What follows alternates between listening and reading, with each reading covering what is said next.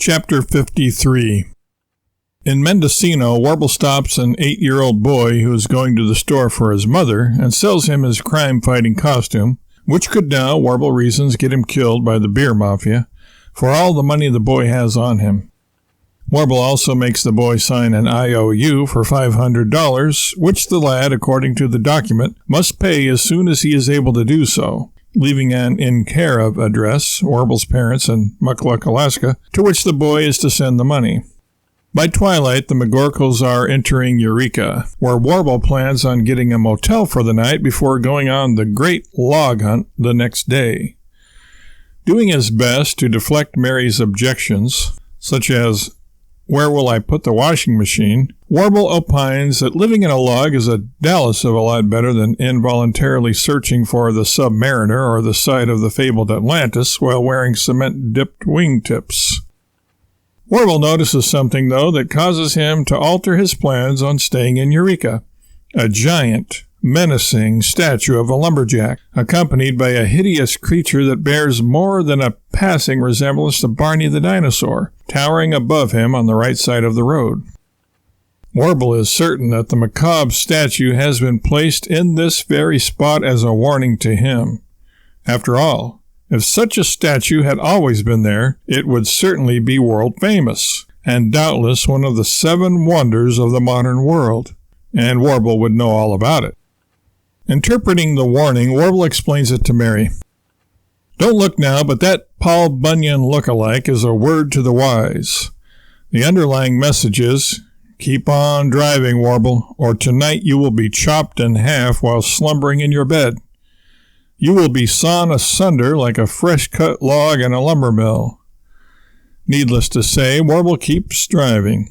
In fact, he is so upset by the grisly warning that he drives through the night, while Mary sleeps. At midnight, they reach Ashland, Oregon. Far enough away from Eureka and from California to feel relatively safe, Warble pulls into a Motel 62.8, checks in, gallantly carries Mary from the car to the room, and, after brushing and flossing, falls fast asleep. It must be fear that has made Mary so weary. The fear of being tracked down by the beer mafia and fed to the sea creatures. The fear of being divided in two by a sharp instrument. The fear of trying to live on a measly $580,000 for a while, after growing accustomed to a life in the lap of luxury. The point is, Warble is completely exhausted when he goes to bed that night. The upshot of this circumstance is that an amazing thing happens. Mary wakes up before Warble the next morning. In fact, Warble sleeps so long that Mary begins to worry about him. He has never slept this long before. Just as Mary is about to wake Warble up and bends over him to do so, Warble suddenly awakes of his own volition. "Egad!" Warble yells out and bolts upright in bed. Mary springs back. "Warble, what is it?"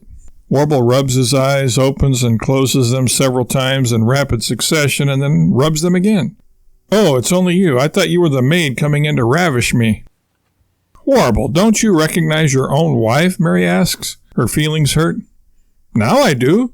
But the first thing I saw was this big, giant face right in mine with that, 'Why are you still sleeping? I need to make the bed' look. So I thought you were the maid." "That wasn't an 'I need to make the bed' look. It was a look of concern. Do you know how long you slept? It's almost 1 o'clock in the afternoon." Warble yells out again, this time more in a tone of agony and frustration than morbid fear. "Mary, why didn't you wake me? Now I have to make up for lost time somehow. The longest you should ever let me sleep is 8 hours. Now I'm going to have to drive like a bat out of Dallas to catch up to where we should be by now. Come on, let's go," he yells, grabbing her by the hand and hurrying out of the hotel room and into the PTC. Southern and Central Oregon go by in a blur. At the Dalles, they go through the Citizen Page drive-thru. They had gone without breakfast due to Warble's quest to make up the time he had lost in Slumberland.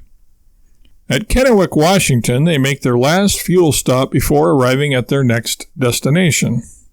Warble has elected to head for the land of rivers, lakes, mountains, forests, and fog.